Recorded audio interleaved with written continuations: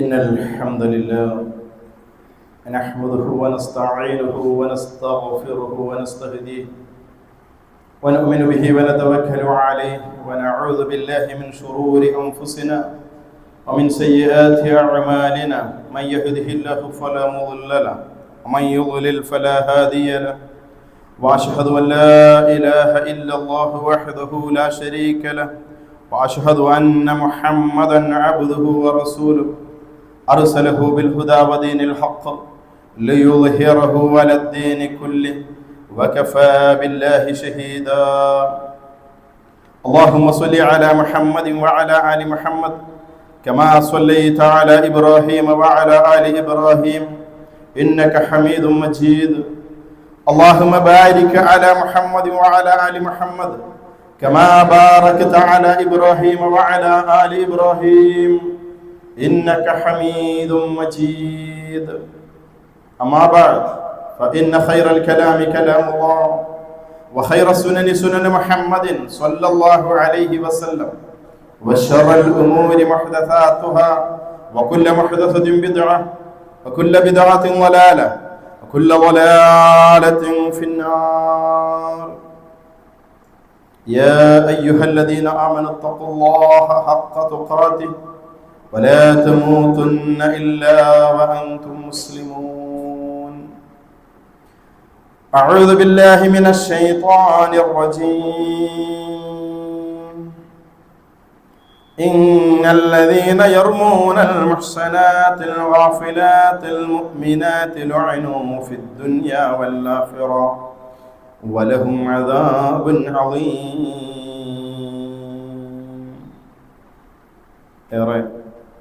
ബഹുമാന്യരായ വിശ്വാസിനികൾ, പ്രപഞ്ചത്തിൻ്റെ സ്രഷ്ടാവും നിയന്താവുമായ എൻ്റെയും നിങ്ങളുടെയും ജീവിതത്തെ സസൂക്ഷ്മം നിരീക്ഷിച്ചു കൊണ്ടിരിക്കുന്ന അല്ലാഹു സുബ്ഹാനഹു വ തആലയെ ഭയപ്പെട്ടുകൊണ്ട് തഖ്വയോടുകൂടി ജീവിക്കണമെന്ന് എന്നെയും നിങ്ങളെയും ഓർമ്മപ്പെടുത്തുകയാണ്.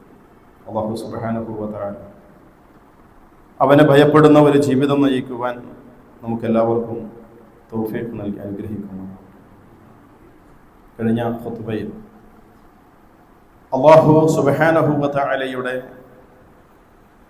കോപം, വെറുപ്പ്, ശാപം, അതിന് വിധേയരായി തീരുന്ന ചില വിഭാഗം ആളുകൾ, ചില പ്രവർത്തന രീതികൾ, അവയെ സംബന്ധിച്ചാണ് നമ്മൾ മനസ്സിലാക്കിയത്. 7 വ്യത്യസ്ത വിഭാഗങ്ങളെ സംബന്ധിച്ച് കഴിഞ്ഞ ഖുത്ബയിൽ സൂചിപ്പിക്കുകയുണ്ടായി. അതിൻ്റെ തുടർച്ചയെന്നോണം അല്പം ചില കാര്യങ്ങൾ കൂടി നമ്മൾ മനസ്സിലാക്കണം. ഓർമ്മപ്പെടുത്തലുകൾ, അത് നമ്മുടെ ജീവിതത്തെ ശുദ്ധീകരിക്കുവാൻ, റബ്ബിൻ്റെ ശാപത്തിന് കഠിനമായ ശിക്ഷയ്ക്ക് വിധേയരായി തീരുന്ന പ്രവർത്തനങ്ങളിൽ നിന്ന് വിട്ടുനിൽക്കുവാൻ നമുക്ക് ഏറെ സഹായകരമായി തീരും. അല്ലാഹു തൗഫീഖ് നൽകുമാറാണ്. വിശുദ്ധ ഖുർആൻ സൂറത്ത് നൂർ 23-ാമത്തെ ആയത്തിലൂടെ അല്ലാഹു സുബ്ഹാനഹു വ തആല പറയുന്നു, ഇന്നല്ലദീന യർമൂനൽ മുഹ്സനാത്ത്, മുഹ്സനാത്തുകളായ സ്ത്രീകൾ, നല്ല സ്ത്രീകൾ, സദ്വൃത്തകളായ സ്ത്രീകൾ, അൽ ഗാഫിലാത്തിൽ മുഅ്മിനാത്ത്, അവർ ഗാഫിലാത്തുകളാണ്, അവർ മുഅ്മിനാത്തുകളാണ്, സത്യവിശ്വാസിനികളായ, ജീവിതത്തിൽ സദ്വൃത്തികൾ കാത്തുസൂക്ഷിക്കുന്ന ഗാഫിലാത്തുകൾ, അവർ അശ്രദ്ധരാണ്. പുറം ലോകത്തെക്കുറിച്ച്, മറ്റു കാര്യങ്ങളെക്കുറിച്ച് എല്ലാം അശ്രദ്ധയിലായി തന്നിലേക്ക്, തൻ്റെ കുടുംബത്തിലേക്ക്, തൻ്റെ ബാധ്യതകളിലേക്ക്, തൻ്റെ ഇബാദത്തുകളിലേക്ക് മാത്രം ശ്രദ്ധിച്ച് ജീവിക്കുന്ന നല്ല വിഭാഗത്തിൽപ്പെട്ട സ്ത്രീകളെ കുറിച്ച് അപവാദ ആരോപണം, പ്രത്യേകിച്ച് ലൈംഗിക സദാചാര മേഖലയിലുള്ള ആരോപണം നടത്തുന്ന ആളുകൾ, ഇന്നല്ലദീന യർമൂൻ, ആരോപണം ഉന്നയിക്കുന്നവർ, അൽ മുഹ്സനാത്തിൽ ഗാഫിലാത്തിൽ മുഅ്മിനാത്ത്, സത്യവിശ്വാസിനികളായിട്ടുള്ള നല്ല സ്ത്രീകളെ കുറിച്ച് ലുഇനൂ, ആ ആരോപണം ഉന്നയിക്കുന്ന ആളുകൾ ശപിക്കപ്പെട്ടിരിക്കുന്നു. അവർക്ക് റബ്ബിന്റെ പക്കൽ നിന്നുള്ള ശാപമുണ്ടായിരിക്കും, കഠിനമായ ശിക്ഷയുണ്ടായിരിക്കും. ഫി ദുനിയ വൽ ആഖിറ, ദുനിയാവിലും ആഖിറത്തിലും, വലഹും അദാബുൻ അളീം, അവർക്ക് വമ്പിച്ച ശിക്ഷ അല്ലാഹു സുബ്ഹാനഹു വ തആല അവർക്ക് നൽകുന്നതാണ് എന്ന് ഈ ആയത്ത് അല്ലാഹു സുബ്ഹാനഹു വ തആല അവതരിപ്പിച്ചത് സൂറത്തുൻ നൂറിലാണ്. സൂറത്തുൻ നൂർ 11 മുതൽ താഴേക്ക് വരുന്ന ആയത്തുകൾ ആയിഷ റളിയല്ലാഹു തആല അൻഹയ്ക്കെതിരെയുണ്ടായ വ്യഭിചാര ആരോപണവുമായി ബന്ധപ്പെട്ടുകൊണ്ട് അതിന്റെ വിശദീകരണങ്ങൾ നൽകുകയും, ചില ആളുകളൊക്കെ നിങ്ങളുടെ കൂട്ടത്തിൽ നിന്ന് ആ പ്രത്യാരോപണങ്ങളിൽ പങ്കാളികളായിട്ടുണ്ട്, നിങ്ങളങ്ങനെ ചെയ്യാൻ പാടില്ലായിരുന്നു, അങ്ങനെ കേട്ടാൽ നിങ്ങൾ അങ്ങനെ ചിന്തിക്കാൻ പോലും പാടില്ലായിരുന്നു എന്ന് കുറെ ഉപദേശങ്ങൾ നൽകുന്നതിന് പരിസമാപ്തി കുറിച്ചുകൊണ്ടാണ് റബ്ബ് പറയുന്നത്, ഇത്തരത്തിലുള്ള പ്രവർത്തനങ്ങൾ ചെയ്യുന്ന ആളുകൾ അവർ ശപിക്കപ്പെട്ടവരാണ് എന്ന്. റസൂലുള്ളാഹി സ്വല്ലല്ലാഹു അലൈഹി വസല്ലമ 7 മഹാപാപങ്ങൾ, വൻപാപങ്ങൾ, കബായിറുകൾ എണ്ണി പറയും. സ്വഹീഹുൽ ബുഖാരി ഉദ്ധരിക്കുന്ന ഹദീസ്.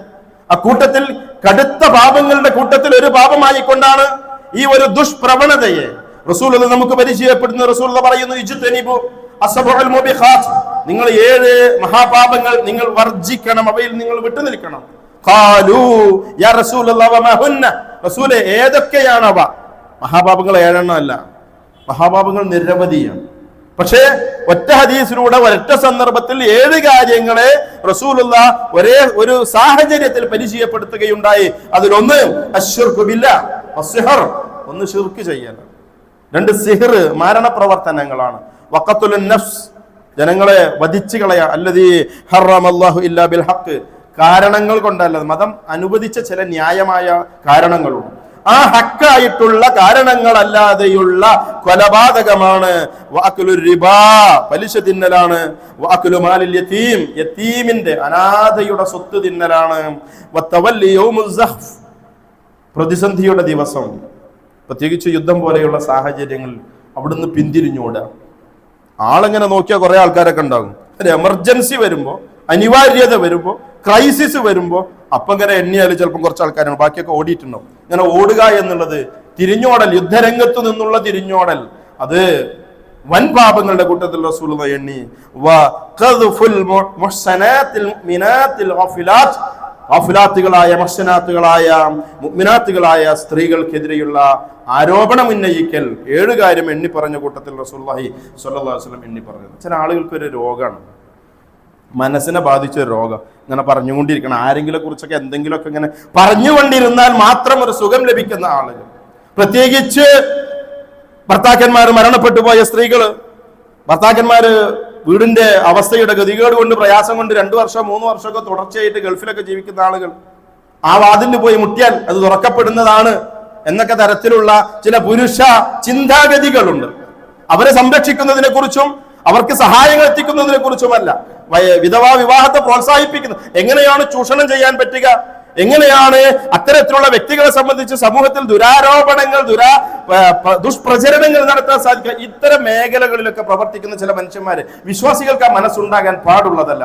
ഇതേ സംഭവം ആയിഷ റളിയല്ലാഹു തആല അൻഹയ്ക്കെതിരെ ഉണ്ടായ വ്യഭിചാര ആരോപണ സംഭവങ്ങൾ വിശദീകരിക്കുന്നതിന്റെ കൂട്ടത്തിൽ അല്ലാഹു പറയുന്നു, ഇന്നല്ലദീന യുഹിബ്ബൂൻ, ചില ആളുകൾക്ക് ഇഷ്ടമാണ്, ചില ആളുകൾ താല്പര്യപ്പെടുന്നു, അൻതശീഅൽ ഫാഹിഷതു ഫില്ലദീന ആമനൂ, വിശ്വാസികൾക്കിടയിൽ ഫാഹിഷത്ത്, ലൈംഗിക ദുർവൃത്തി, അതിങ്ങനെ പ്രചരിച്ചു കാണണം എന്ന് ആഗ്രഹിക്കുന്ന ചില ആളുകളുണ്ട്.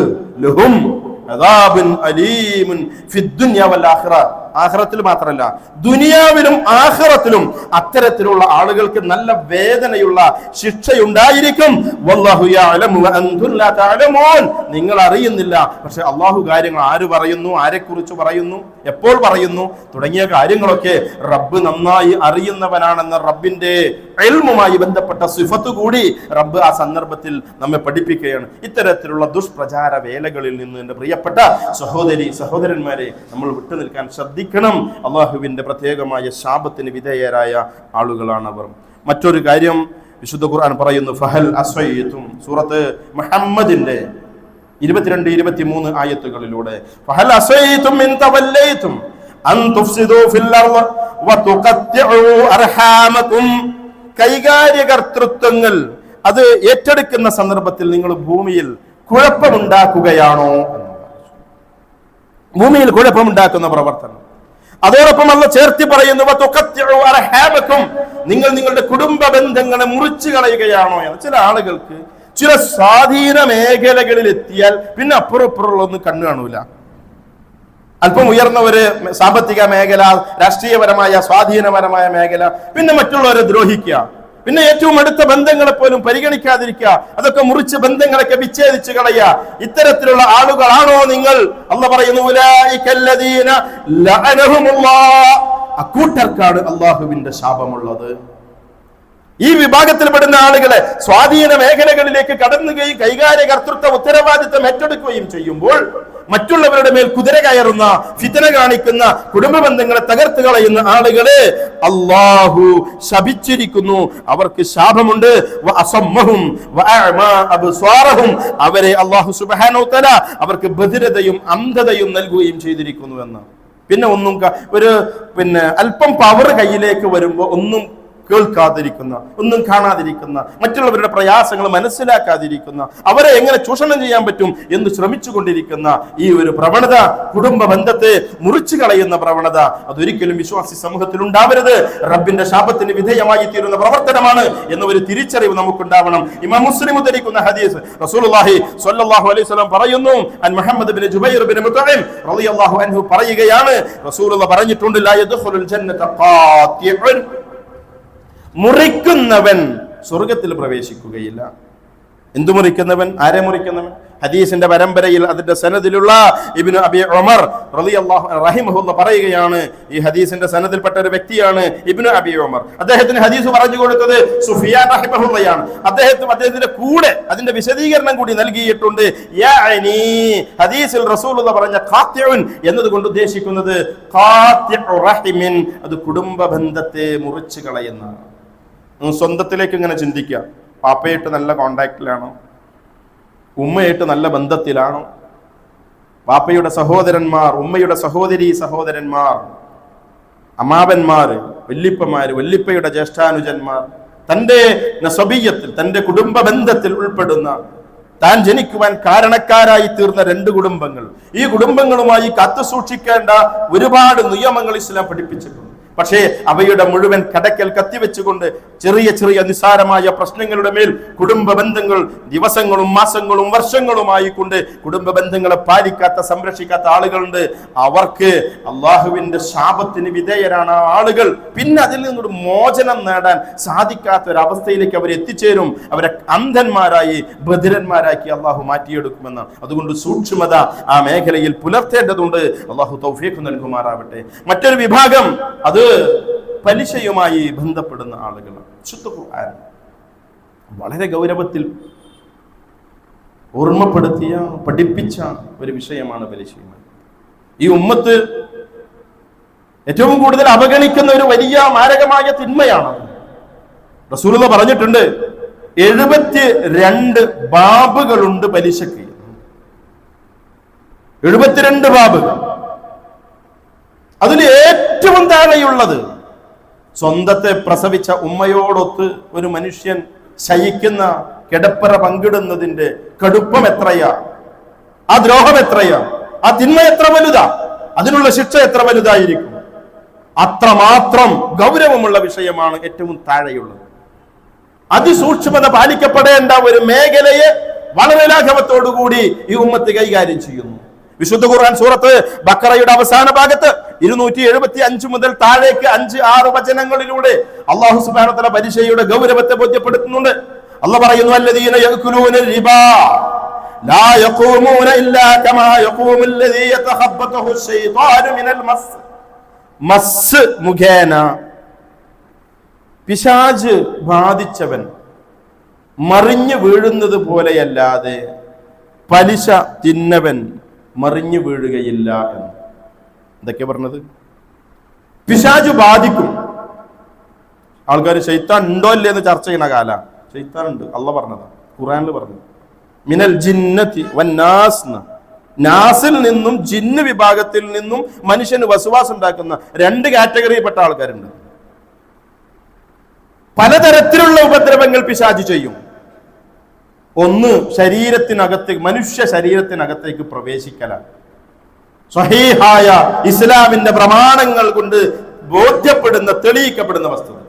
അങ്ങനെ കയറിയാല് അവൻ വൈബ്രേറ്റ് ചെയ്തിട്ട് താഴെ വീണു പോകും. ശൈത്താൻ ശരീരത്തിലേക്ക് കയറിയത്, ആ കയറിയ ഇങ്ങനെ എണീക്കാൻ വേണ്ടി ശ്രമിക്കുമ്പോൾ പിന്നെയും വീണു പോകും. അങ്ങനെയാണ് പലിശ തിന്നവെന്നാണ്. പലിശ തിന്നവന് അവന് ബോധ്യപ്പെടുത്താൻ അള്ള പറയുന്ന ഉദാഹരണം അവന്റെ ജീവിതത്തെ പരിചയമുള്ള ഉദാഹരണമാണ്. പലിശമ്മ തൊട്ടാൽ ആ തൊട്ടവൻ അവനോട് പാപ്പരായിട്ടാണ് വീണു പോകും. ഓനിങ്ങനെ അപ്പുറത്ത് വാങ്ങി ഇപ്പുറത്തേക്ക് കൊടുത്ത് പ്രശ്നം സോൾവ് ചെയ്യാൻ വേണ്ടി ശ്രമിക്കും. പക്ഷെ അപ്പുറത്ത് അപ്പോഴും അതിങ്ങനെ ബാധ്യതയായിട്ട് നിൽക്കും. ആ ഓട്ടം അടക്കാൻ വേണ്ടി ഇപ്പുറത്തൊരു ഓട്ടം ഇടും അവന്. ഇങ്ങനെ കൊളുത്തി പോകും. 10 ലക്ഷം റുപ്യ ഒരു പലിശക്ക് പണം വാങ്ങിക്കഴിഞ്ഞാൽ 15 ലക്ഷം കൊടുത്താലും പിന്നെ 20 ലക്ഷം കൊടുക്കാൻ ബാക്കിയുണ്ടാവും. അനുഭവമുള്ള ആൾക്കാരുണ്ടാവും. എന്താ കാരണം എന്നറിയോ? അള്ളാഹ് മനുഷ്യനെ ഭൂമിയിലേക്ക് പറഞ്ഞേക്കുമ്പോൾ അതിന്റെ കൂടെ ഹിദായത്ത് മാർഗം, ഇതാണ് വഴി, ആ വഴി കൂടെ നടന്നു. ആ വഴിയല്ലാത്ത ലാലായിട്ടുള്ള മാർഗം പഴച്ച റൂട്ട് കൂടെ ആര് പോയോ അവനൊക്കെ തലകറങ്ങി വീഴും. ശൈത്താൻ ബാധിച്ചവൻ വീഴുന്നത് പോലെ വീഴുമെന്ന്. എന്നിട്ട് അള്ളാഹ് തുടർന്നു കൊണ്ട് പറയുന്നത് അത് എന്തുകൊണ്ടാണെന്നറിയാം അങ്ങനെ സംഭവിക്കുന്നത്? അത് കച്ചവടം എന്നൊക്കെ പറയുന്നത് പലിശ പോലെ തന്നെയാണ്. പൈസ അങ്ങോട്ട് കൊടുക്കുന്നു, ലാഭം അങ്ങോട്ട് കൂട്ടി വാങ്ങുന്നു. സാധനങ്ങൾ കൊടുക്കുന്നു, കച്ചവടം നടത്തുമ്പോൾ ലാഭം ഉണ്ടാവും അല്ലെ. 100 റുപ്യക്ക് വാങ്ങിയ 110 റുപ്യക്ക് കൊടുക്കണം. പൈസ 100 രൂപ അങ്ങോട്ട് കൊടുക്കുന്നു, 110 ഇങ്ങോട്ട് തിരിച്ചു. ഈ കച്ചവടത്തെയും പലിശയെയും ഒരുപോലെയാണ് എന്ന് പറഞ്ഞ് അതിനെ ലഘൂകരിച്ച് അത് പ്രവർത്തിച്ചത് കൊണ്ടാണ് ഇങ്ങനെ സംഭവിക്കുന്നത്.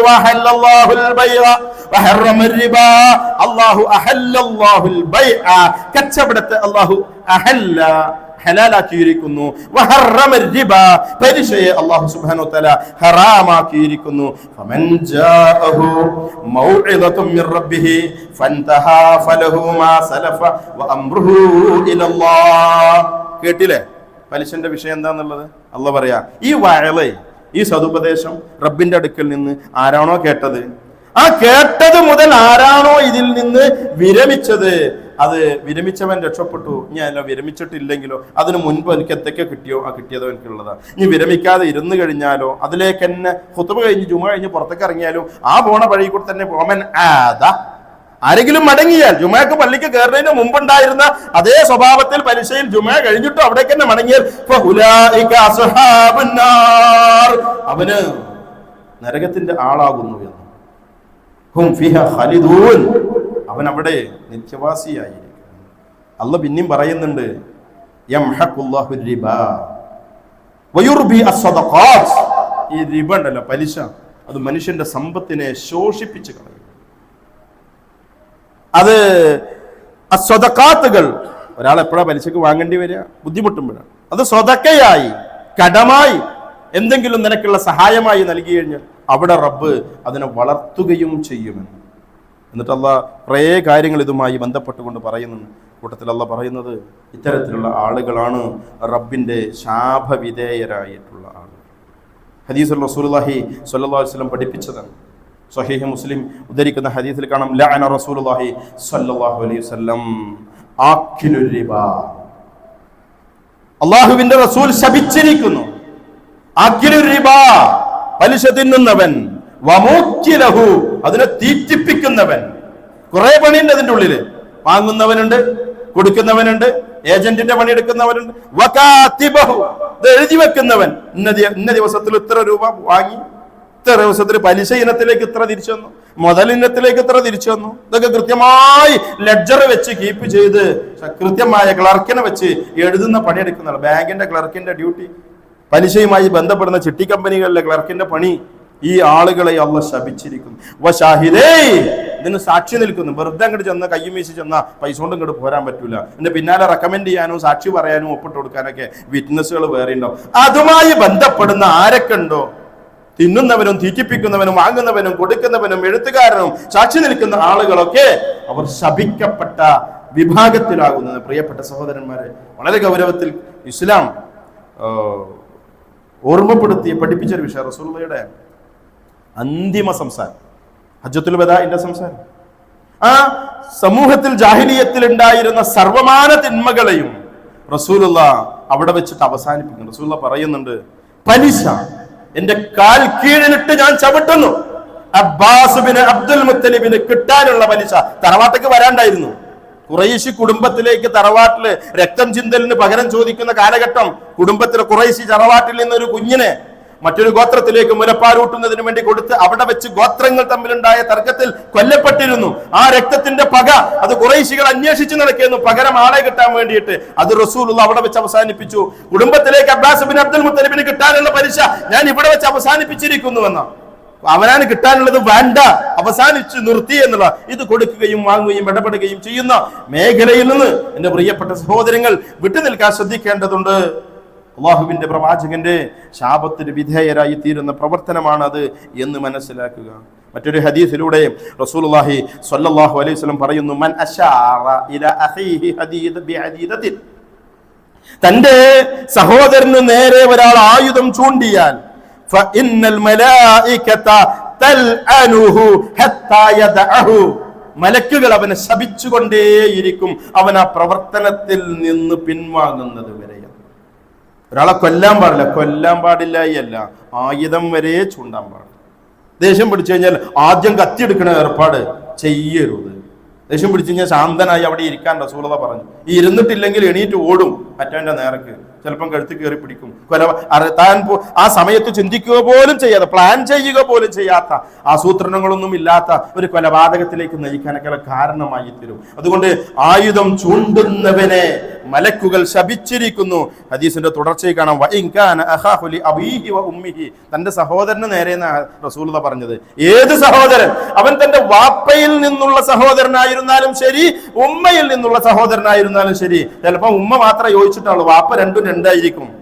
സാമ്പത്തികമായ തർക്കങ്ങളൊക്കെ വരും. അനന്തര സ്വത്ത് ഓഹരി വെക്കലും ഷെയറിങ്ങും പരിപാടികളൊക്കെ ഉണ്ടാകുമ്പോൾ രണ്ട് വാപ്പിയും ഒരു ഉമ്മയും, രണ്ട് ഉമ്മയും ഒരു വാപ്പിയും ഒക്കെ ആവുന്ന സമയത്ത് തർക്കങ്ങൾ ഉണ്ടാവും.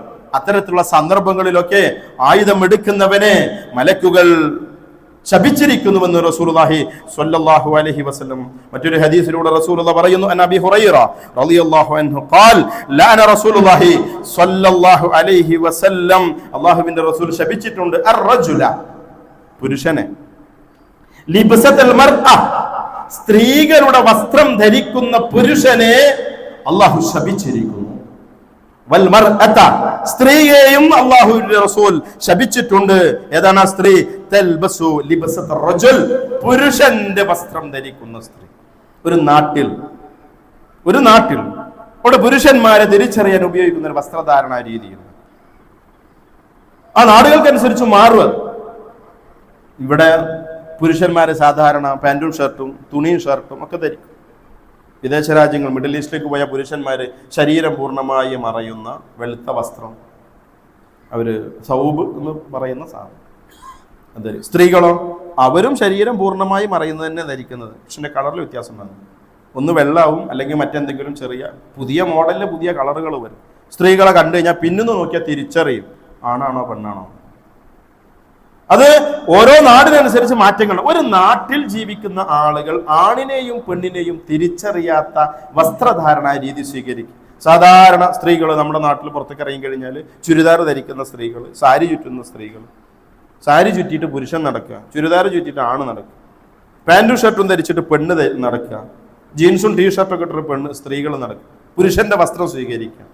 ഈ ഒരു രീതി സ്വീകരിക്കുന്ന ആളുകളെ അള്ളാഹുവിന്റെ റസൂൽ സ്വല്ലല്ലാഹു അലൈഹി വസല്ലമ ശപിച്ചിരിക്കുന്നു. വെറും വസ്ത്രം മാത്രമല്ല, മറ്റൊരു ഹദീസിൽ കാണാം, ലഅന റസൂലുള്ളാഹി സ്വല്ലല്ലാഹു അലൈഹി വസല്ലം, അള്ളാഹുവിന്റെ റസൂൽ ശപിച്ചിരിക്കുന്നു അൽ മുതശബ്ബിഹീന മിനർ റിജാലി ബിന്നിസാ, പുരുഷന്മാരിൽ നിന്ന് സ്ത്രീകളെ പോലെ സദൃശ്യവൽക്കരിക്കുന്ന ആളുകൾ, വൽ മുതശബ്ബിഹാതി മിനൻ നിസാ, സ്ത്രീകളിൽ നിന്ന് സാദൃശ്യം സ്വീകരിക്കുന്ന ആളുകൾ, ബിർരിജാലി, പുരുഷന്മാരെ പോലെ വസ്ത്രം കൊണ്ട്, മുടി കൊണ്ട്.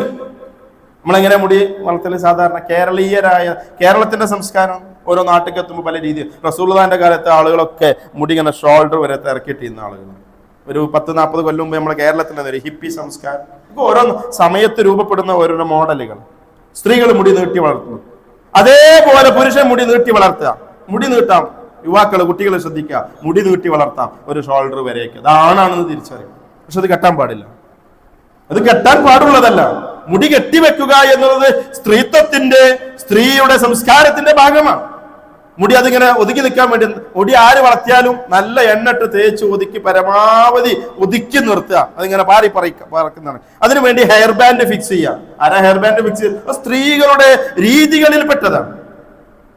സ്ത്രീകൾ സ്വീകരിക്കുന്ന രീതികൾ, അവരുടെ സ്വഭാവങ്ങൾ, അതിനോട് സാമ്യതയുള്ളതായിട്ടുള്ള സ്ത്രീകളാണ് കാതില് ആഭരണങ്ങൾ ധരിക്കുക. പുരുഷന്മാർ കാണാം കാതില് കടുക്കനൊക്കെ ഇട്ട് നടക്കുന്നതാണ്.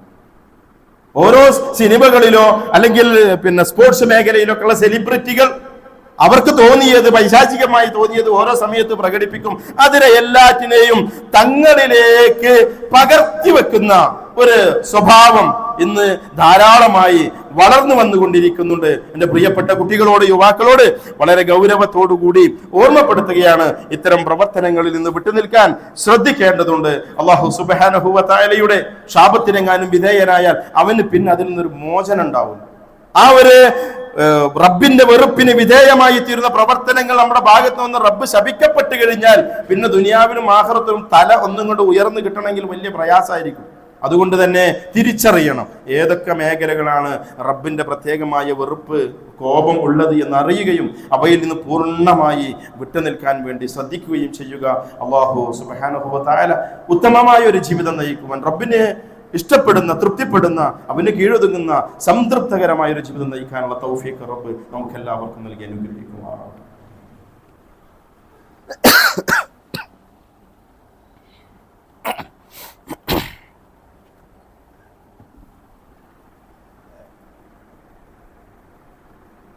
الحمد لله حمدا كثيرا طيبا مباركا فيه كما ربنا ويرضى والصلاة والسلام الأتمان الأكملان خاتم الأنبياء والمرسلين محمد آله وصحبه أجمعين أما بعد يا أيها الناس أوصيكم إياي ثانيا بتقوى الله.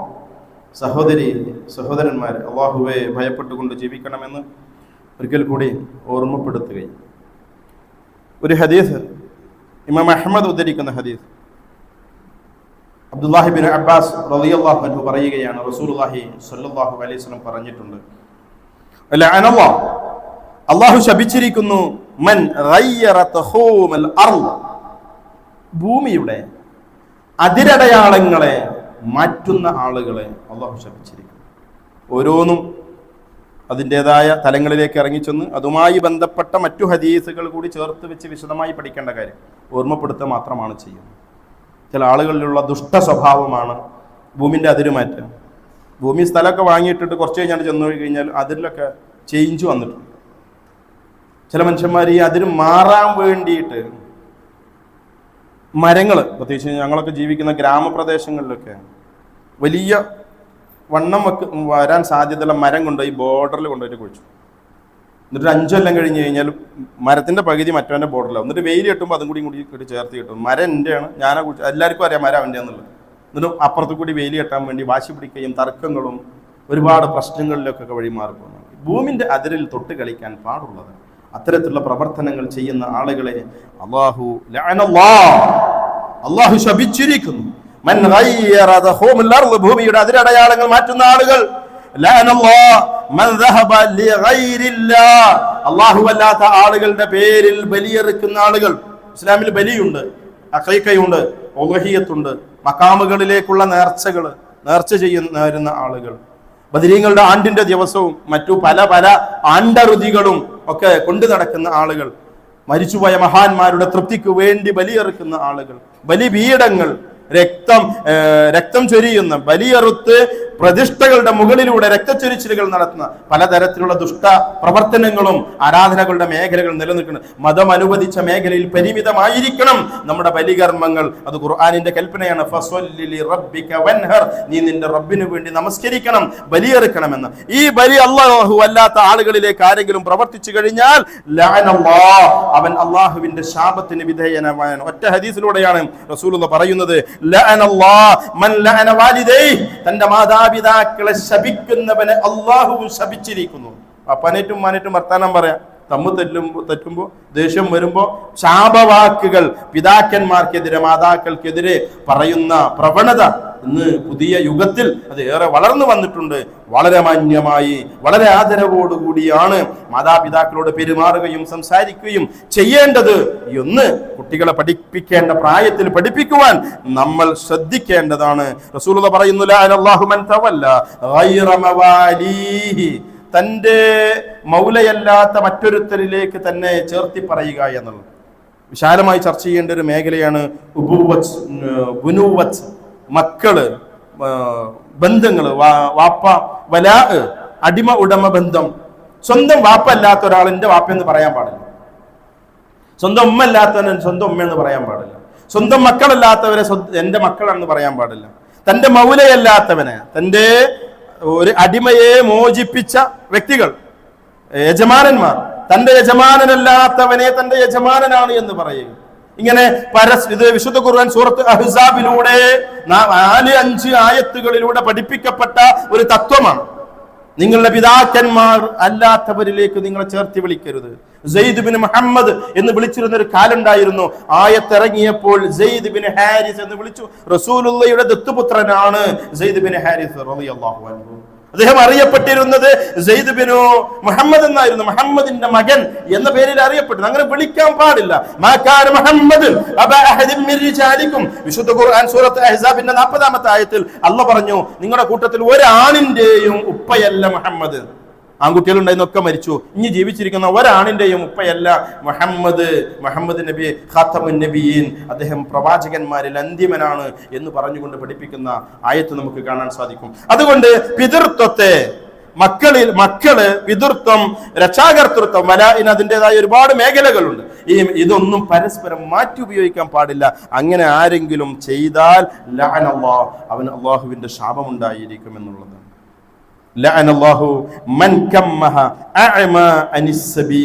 ഒരു അന്ധൻ, ആ അന്ധന് വഴി തെറ്റിക്കാം, അള്ളാഹുവിന്റെ ശാപമുള്ള പ്രവർത്തനം. അവനൊരു വഴി ചോദിച്ച വഴിയല്ലാത്ത വേറെ വഴി പറഞ്ഞു കൊടുക്കുക. എന്നിട്ട് അവനറിയില്ല, അവന് അന്ധനാവട്ടെ അല്ലാത്തിരിക്കുന്നവട്ടെ മനുഷ്യന്മാരെ പിഴപ്പിക്കുന്ന ഒരവസ്ഥ. റൂട്ട് ചോദിച്ചാൽ റൂട്ട് മാറ്റി പറഞ്ഞു കൊടുക്കുക. അന്ധനെ ഇങ്ങോട്ട് പോണ്ട, അന്ധനെ അങ്ങോട്ട് തിരിച്ചു വിടുക. ഇത്തരത്തിലുള്ള പണിയെടുക്കുന്ന ആളുകളെ അല്ലാഹു സുബ്ഹാനഹു വ തആല ശപിച്ചിരിക്കുന്നുവെന്ന് ഹദീസിന്റെ അവസാന ഭാഗത്ത് റസൂലുള്ളാഹി 3 തവണ ആവർത്തിച്ച് പറഞ്ഞു, ലഅനല്ലാഹു മൻ അമില ഖൗമി ലൂത്ത്, ലഅനല്ലാഹു മൻ അമില അമല ഖൗമി ലൂത്ത്, ലഅനല്ലാഹു മൻ അമില അമല ഖൗമി ലൂത്ത്. ലൂത്തിന്റെ ജനത ചെയ്ത പണി ചെയ്യുന്നവനെ അല്ലാഹു സുബ്ഹാനഹു വ തആല ശപിച്ചിരിക്കുന്നു. ലൈംഗികമായ ആവശ്യ പൂർത്തീകരണത്തിന് പുരുഷനെ സമീപിക്കുന്ന ലോകത്താദ്യമായി, മനുഷ്യ ചരിത്രത്തിൽ ലോകത്താദ്യമായി ആ മ്ലേച്ഛ വൃത്തി ചെയ്ത വിഭാഗം, അവരെ സംബന്ധിച്ച് അവർക്ക് കൊടുത്ത ശിക്ഷയെ കുറിച്ച് ഖുർആൻ വിശദീകരിക്കുന്നുണ്ട്. നിരവധി ശിക്ഷകൾ. അവരെ അന്ധന്മാരാക്കി അല്ലാഹു മാറ്റിക്കളഞ്ഞു. അവർ ജീവിക്കുന്ന ഭൂമിയെ അല്ലാഹു കീഴ്മേൽ മറിച്ചു കളഞ്ഞു. വാനലോകത്തുനിന്ന് പ്രത്യേകമായ രാസമഴ അല്ലാഹു സുബ്ഹാനഹു വ തആല അവരുടെ മേൽ വർഷിച്ചു. ഒരുപാട് ശിക്ഷകൾക്ക് അവർ അത്രമാത്രമുള്ള വളരെ മോശകരമായ ഒരു പ്രവർത്തനമാണ്. മറ്റുള്ള കാര്യങ്ങളൊക്കെ ഓരോ തവണ പറഞ്ഞപ്പോ റസൂലുള്ളാഹി ഈ ഹദീസിന്റെ അവസാന ഭാഗത്ത് 3 തവണയാണ് ഈ ആവർത്തിച്ചത്. 5-6 വിഷയങ്ങളാണ് ഹദീസിലൂടെ റസൂലുള്ളാഹി പഠിപ്പിക്കുന്ന വിഷയങ്ങൾ തുടരുകയാണ്. ധാരാളം വിഷയങ്ങൾ ഇതുമായി ബന്ധപ്പെട്ടുകൊണ്ട് ഖുർആനിലും ഹദീസിലും കാണാൻ സാധിക്കും. നന്മയിൽ അധിഷ്ഠിതമായ റബ്ബിന്റെ ശിക്ഷക്ക്, റബ്ബിന്റെ ശാപത്തിന് വിധേയമായി തീരുന്ന പ്രവർത്തനങ്ങളിൽ നിന്ന് നമ്മൾ മോചിതരാവേണ്ടതുണ്ട്. അതിന് ഈ പറഞ്ഞ കാര്യങ്ങളൊക്കെ മനസ്സിനകത്ത് തങ്ങി നിൽക്കേണ്ടതുണ്ട്. അല്ലാഹു സുബ്ഹാനഹു വ തആല പൂർണ്ണമായി അഖീദയും കർമ്മങ്ങളും ശുദ്ധമായിട്ടുള്ള ഒരു അവസ്ഥയിൽ ജീവിക്കാനുള്ള തൗഫീഖ് പ്രദാനം ചെയ്യുമാറാവട്ടെ. എല്ലാവിധ മാലിന്യങ്ങളിൽ നിന്നും മോശമായ ചിന്താഗതികളിൽ നിന്നും പ്രവർത്തനങ്ങളിൽ നിന്നും വിട്ടുനിന്നുകൊണ്ട് ജീവിക്കുവാൻ റബ്ബ് നമുക്ക് എല്ലാവർക്കും തൗഫീഖ് നൽകുമാറാവട്ടെ. ഈ മേഖലകളിലൊക്കെ എവിടെയൊക്കെയാണോ പാകപ്പിഴവുകൾ, അബദ്ധങ്ങൾ സംഭവിച്ചു പോയത്, അതെല്ലാം അല്ലാഹു സുബ്ഹാനഹു വ തആല നമുക്ക് എല്ലാവർക്കും പുറത്തു തരുമാറാവട്ടെ. നമ്മിൽ നിന്ന് നമുക്ക് മുൻപ് മരണപ്പെട്ടു പോയ ആളുകൾക്കെല്ലാം അല്ലാഹു മഗ്ഫിറത്തിനെ പ്രദാനം ചെയ്യുമാറാവട്ടെ. നമ്മയും അവരെയും അവന്റെ സ്വർഗ്ഗലോകങ്ങളിൽ ഏറ്റവും ഉന്നതമായ സ്വർഗ്ഗലോകത്ത് ജന്നാത്തുൽ ഫിർദൗസിൽ അവൻ ഒരുമിച്ച് കൂട്ടുമാറാവട്ടെ. അല്ലാഹുമ്മ ഗ്ഫിർ ലിൽ മുഅ്മിനീന വൽ മുഅ്മിനാത്ത് വൽ മുസ്ലിമീന വൽ മുസ്ലിമാത്ത് വൽ അഹ്യാഇ മിൻഹും വൽ അംവാത്ത് ഇന്നക മുജീബു ദഅവാതി യാ ഖാദിയൽ ഹാജാത്ത്. اللهم أجرنا من النار، اللهم أجرنا من النار، اللهم أجرنا من النار، اللهم ادخل الجنة يا رب العالمين. اللهم أعز الإسلام والمسلمين وأذل الشرك والمشركين وأذل الكفر والكافرين. ربنا آتنا في الدنيا حسنة وفي الآخرة حسنة وقنا عذاب النار. وصلى الله على محمد وسلم والحمد لله رب العالمين.